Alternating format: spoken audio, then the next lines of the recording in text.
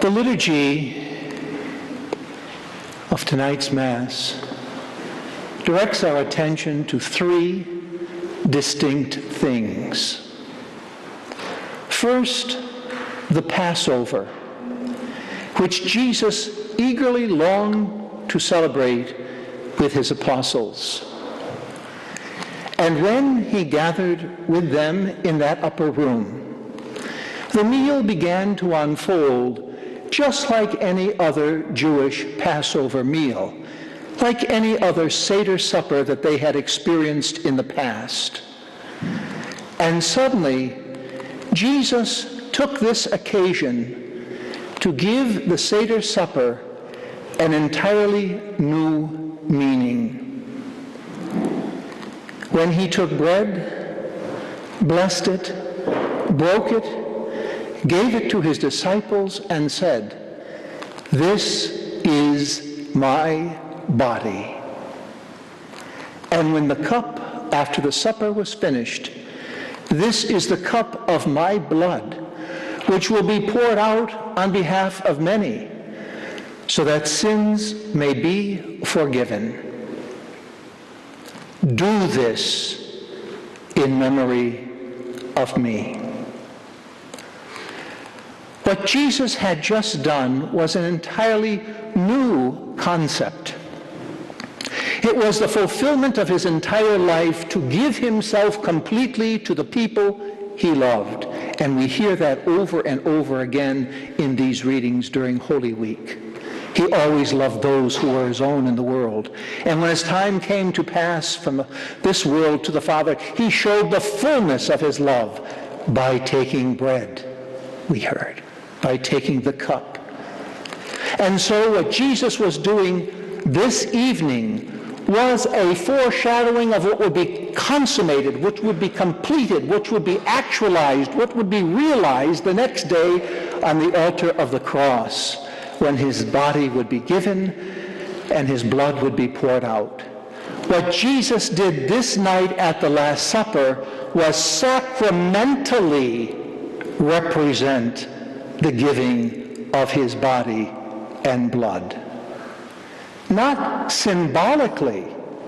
There is a world of difference between symbolism and the sacramentality of something.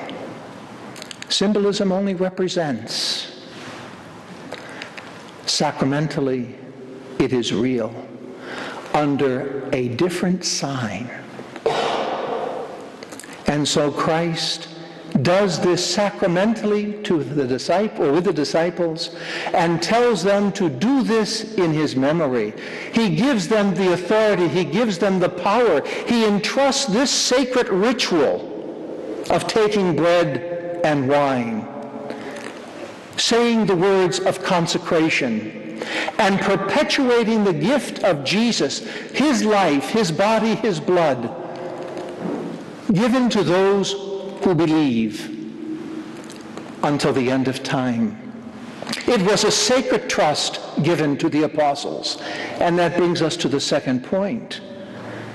When he says, "Do this in memory of me," he entrusts to them this sacred obligation. And what an awesome responsibility it is. For without the priest, there is no Eucharist.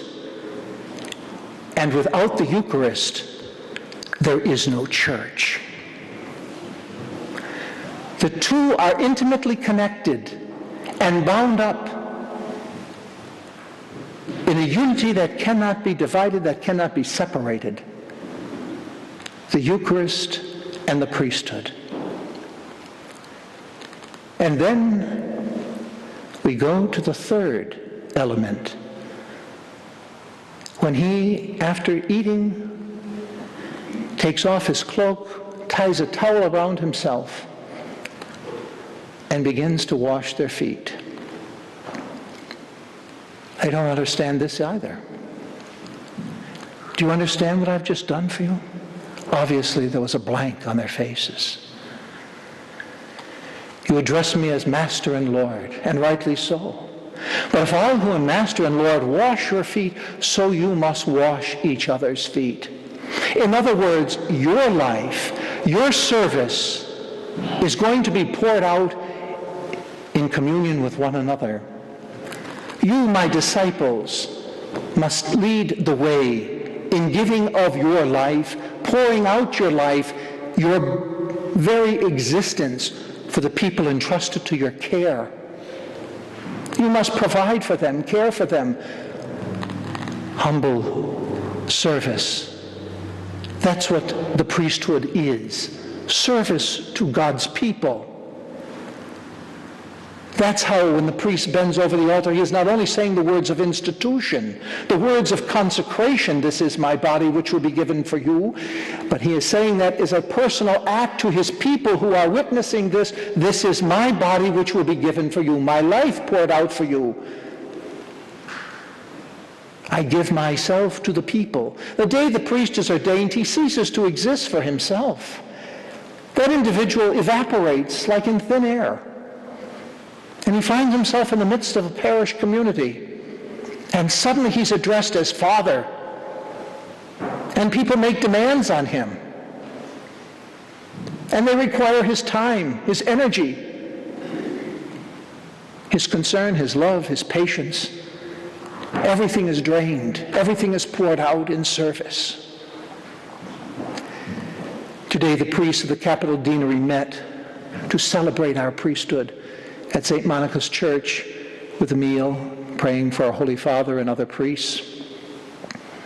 And we shared stories of our priesthood.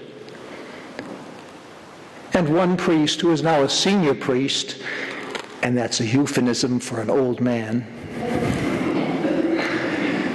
relieved of all the responsibilities of parish life, he said, I wouldn't trade 1 minute of it. Old and worn, feeble, forgetful, but yet the priesthood was that special vocation that he had fulfilled for many, many years and would not trade off a minute of his service to God's people. And so you might say, where do we come into this? We who sit in the pews. You too are called to a service of commitment. You do not sit in the pews as distant admirers, spectators, to watch something unfold before your eyes and leave this church unaffected. You who have stood at Calvary, at the holy sacrifice of the Mass, cannot go out of this church without experiencing the shadow of the cross in your life, without encountering Calvary, without experiencing the Lord Jesus, without being called upon to serve others in their need, to comfort others in their sorrow, to lift up those who are lonely and bowed down, to be the hands of Jesus, to be his voice, to be his tender touch, to be the light of the world. We are all made one in the Holy Eucharist. Oh, may we all one bread, one body be, we sang in that opening hymn. Make us one, O Lord, in this sacrament of your divine love. So having experienced here below this intimacy, we may know the glory and joy of that love forever. God love you.